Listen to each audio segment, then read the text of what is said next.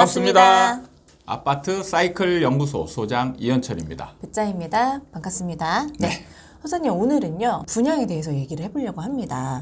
네. 하락장이 시작되면 이제 미분양이 늘어날 것이다, 이런 얘기를 많이 하셨잖아요. 네. 그리고 미분양이 많이 늘어나고 나면 이제 마이너스 P도 등장을 할 것이다, 이런 말씀을 하셨단 말이에요. 네. 근데 아직까지는 뭐 그런 마이너스 P 얘기는 없었는데 뉴스 기사를 하나 보니까요. 네. 서울에 마이너스 P가 등장을 했다. 네. 이런 기사가 있더라고요. 그래서 이 부분을 좀 얘기해 보려고 합니다. 네. 제 소장님이 말씀하신 대로 네. 흘러가고 있는 이 시나리오.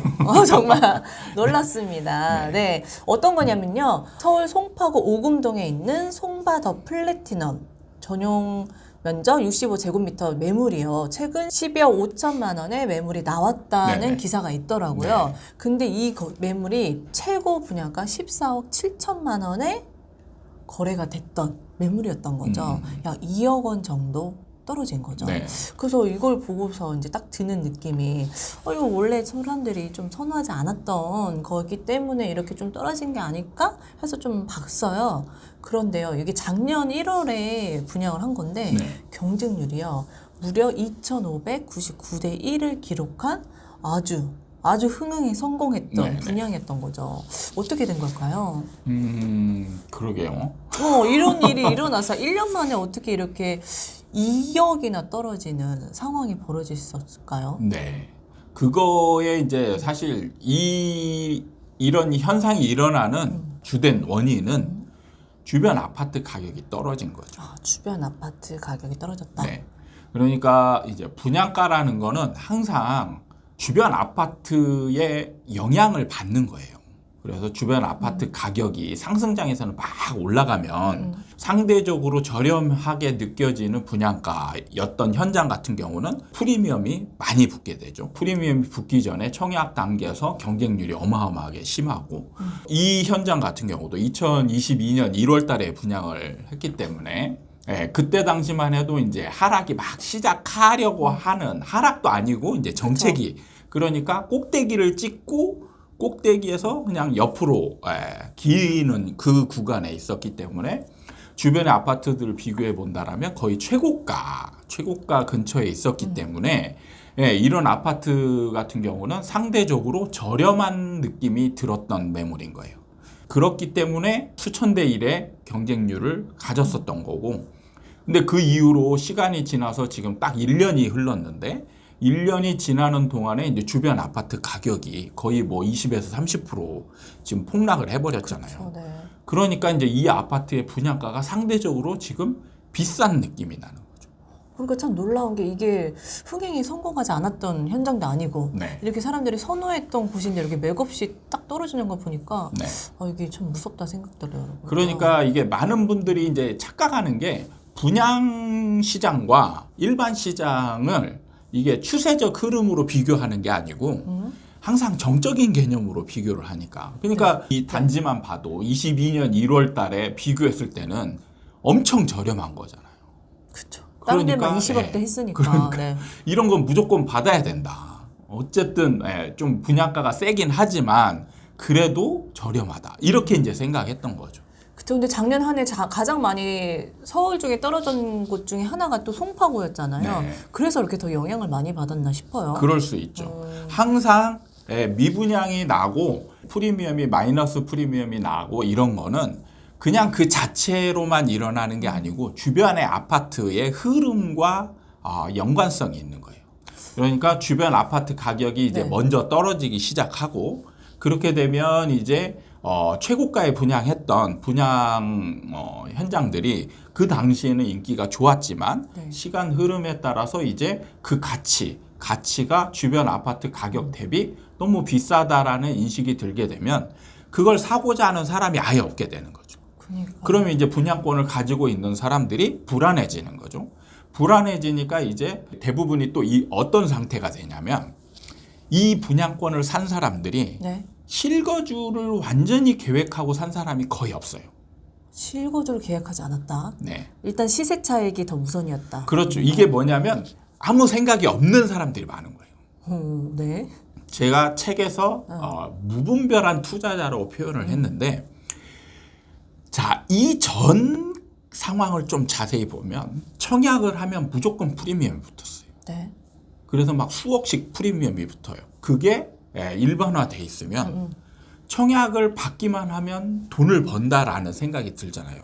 그러면은 만약에 계약금만 있는 사람들이 자, 이 청약을 가점은 돼요. 만약에 이제 청약 뭐 가점이나 이런 것 제반 여건은 다 네. 갖춰지고 다만 돈이 좀 부족해요.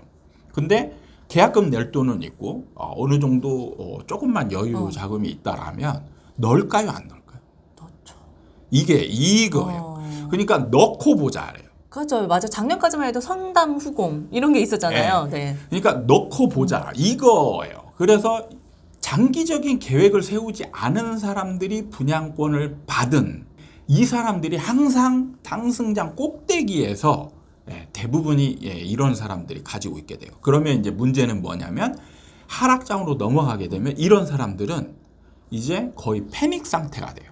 그러니까 우리는 항상 분양권을 받은 사람이 전매 제한에 걸려 있건 뭐라 하건 다. 근데 특히 이런 거 같은 게 이제 전매 제한도 안 걸려 있잖아요. 네. 그러면 특히나 이제 이런 게 투자자들이 많이 사게 되는 거예요.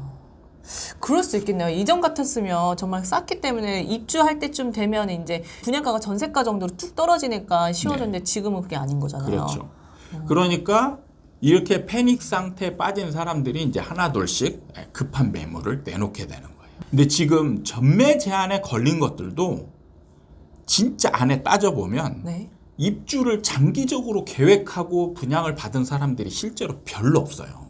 일단 대고 보자. 그렇죠. 일단은 3년이라는 시간이 있으니까 일단은 계약금만 넣고 프리미엄 받으면 좋은 거야. 그 다음은 어떻게든 뭐 해결을 해보지. 그때 이런 생각하자. 네. 그러니까 이게 돈을 벌어지는 이거를 놓지를 못하는 거죠.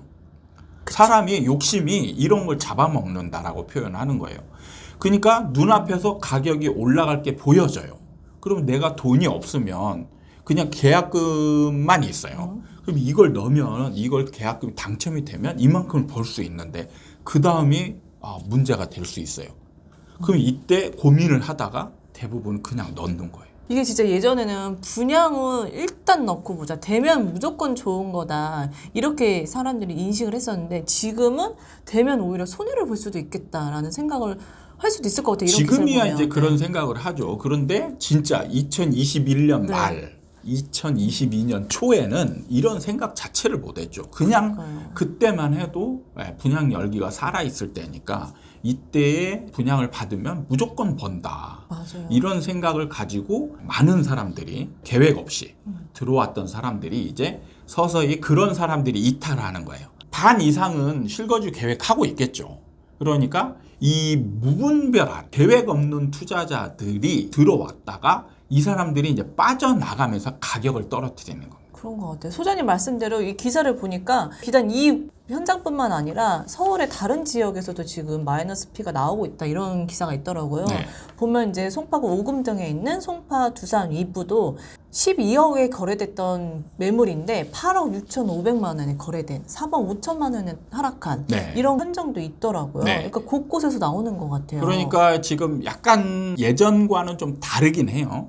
좀 빨라요. 빠른 게 금리 인상이 급격하게 진행이 되면서 일반 아파트 가격이 너무 빨리 떨어졌잖아요. 네. 그로 인해서 이제 분양권도 프리미엄이 빠지는 속도가 지금 굉장히 빠르다는 거예요. 저도 또 놀라웠던 게 이런 마이너스 P는 정말 외곽 지역에서부터 시작해서 점점 중심으로 오지 않을까 이런 생각을 했었거든요. 네. 근데 지금 나타나는 데가 보면 서울의 중심지라고 할 수 있는 송파구잖아요. 네. 거기서 먼저 나타났다는 게 좀 신기했어요. 그러니까 항상 중요한 게 분양가거든요. 네. 분양가 상한제가 완전히 정말 심하게 적용이 돼서 시세 차익이 엄청 났던 것들은 아마 지금도 떨어지더라도 프리미엄은 좀 많이 빠졌겠지만 주변 시세가 떨어졌어도 비슷한 가격이나 아니면 좀 더 이제 싼 가격 그런 것들은 아직까지는 이제 안전한 구간에 있는 거죠. 네. 그런데 이런 것들도 이제 지금은 위험한 구간에 있는 게 다른 것들이 더 떨어지면 네. 이제 얘도 이제 분양가가 안전하지 못하는 거죠. 근데 그 위에 애매하게 이제 나왔던. 그러니까 항상 분양가 상한제가 적용이 되더라도 제가 전에 영상에서 이렇게 얘기했었죠. 분양가는 올라간다. 네. 무조건 분양가는 올라가게 돼 있어요. 분양가 상한제라고 해서 여러분들은 네. 분양가 상한제 하면은 무조건 싼 물건 이렇게 인식을 했었는데 그게 아니라는 거예요. 분양가 상한제 적용이 되어도 시간이 흘러가면서 분양가는 무조건 올라가게 돼 있어요.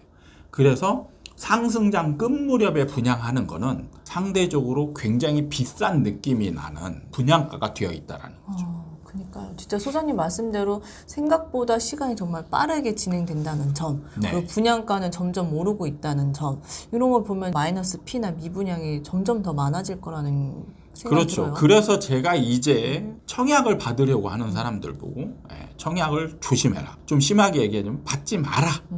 이렇게 얘기하는 부분이 근거예요. 분양가는 지금 예전에 비해서 분양가는 높아져 있어요. 그런데 주변 아파트 가격은 주변에 비해서 떨어져 있단 말이에요. 네. 그러니까 이제 지금 앞으로 분양하는 것들은 이제 그냥 이 현장 같은 경우는 분양할 당시에는 그래도 쌌단 말이에요. 지금 분양하는 것들은 이제 주변 아파트 가격하고 비교해 보면 오히려 이제 비싼 느낌이 네. 드는 현장도 이제 나올 거란 말이죠. 궁금한 게 이게 주변 가격의 시세가 떨어졌기 때문에 이 분양가가 비싸게 느껴져서 이 마이너스 P로 던지는 사람들도 생긴다 이렇게 해서 말씀하셨잖아요. 그럼 이렇게 마이너스 P가 된 현장으로 인해서 일반 시장도 영향을 어떻게 미칠까요? 저요. 어떻게 줄까요? 이게 이제 죽음의 소용돌이라는 거. 너무 무서운데요. 죽음의 소용돌이. 죽음의 소용돌이가 제가 이제 미분양을 죽음의 소용돌이 구조에 이제 빠진다라고 했잖아요. 근데 이게 여러분들은 그냥 미분양이라는 것만 머리에 각인을 가지고 계시는데 미분양의 핵심은 뭐냐면 마이너스예요. 어쨌든 가격이 떨어진다라는 거죠. 그래서 미분양이 안 나서 분양이 잘 됐는데도 불구하고 이제 마이너스 프리미엄이 생기는 것들은 이로 인해서 이제 주변 아파트 가격을 더 떨어뜨리게 만드는 거예요. 서로 상호작용을 계속 떨어지게 그렇죠. 만드는 그러니까 건가요? 이제 죽음의 소용돌이라는 게 뭐냐면 일반 아파트 가격이 떨어져서 분양권의 가격을 떨어뜨리고 분양권에 마이너스 프리미엄이 생기거나 미분양이 나는 것들로 인해서 다시 주변의 일반 아파트 가격을 더 떨어뜨리게 만드는 거예요. 정말 죽음의 소용돌이. 그래서 이 두 개가 서로 끌어당기는 거죠. 계속 밑으로 서로 나만 죽을 수 없어, 너도 죽어야 돼. 그리고 나만 죽을 수 없어, 너도 죽어야 돼. 이런 식으로. 근데 이게 이제 반대로 상승장에서는 환희의 시너지가 나는 거죠. 그쵸. 얘가 올라가면 얘 프리미엄이 생기고 얘 프리미엄이 생기니까 얘 일반 아파트 가격을 견인시키고 이런 구조가 지금 우리나라에서 있는 선분양제도 하에서 생기는 특이한 현상입니다. 그러네. 지금 이렇게 마이너스 B가 등장하고 있다라는 지금 기사가 한두 군데씩 나오고 있는데 이로 인해서 또 일반 시장이 어떻게 변하는지 좀 지켜봐야 되겠네요. 그러면 그러니까 이제 미분양이 점점 이제 서울 수도권에 늘어나게 되고 거기에 이제 핵심은 뭐냐면 마이너스 프리미엄이에요. 마이너스 프리미엄들이 생기고 이제 특히 이게 이제 입주 미분양이라고 하죠. 입주 미분양 단계에 이르게 되면 이 아파트들은 이제 마이너스 프리미엄이 정말 심하게 들어가 있는 거예요. 그러면 이로 인해서 이제 주변 아파트를 초토화시킨다라고 제가 표현하거든요. 초토화시키게 됩니다. 그러니까 매수 심리가 절대 살아날 수 없는 시장 상태로 이제 변하게 돼요.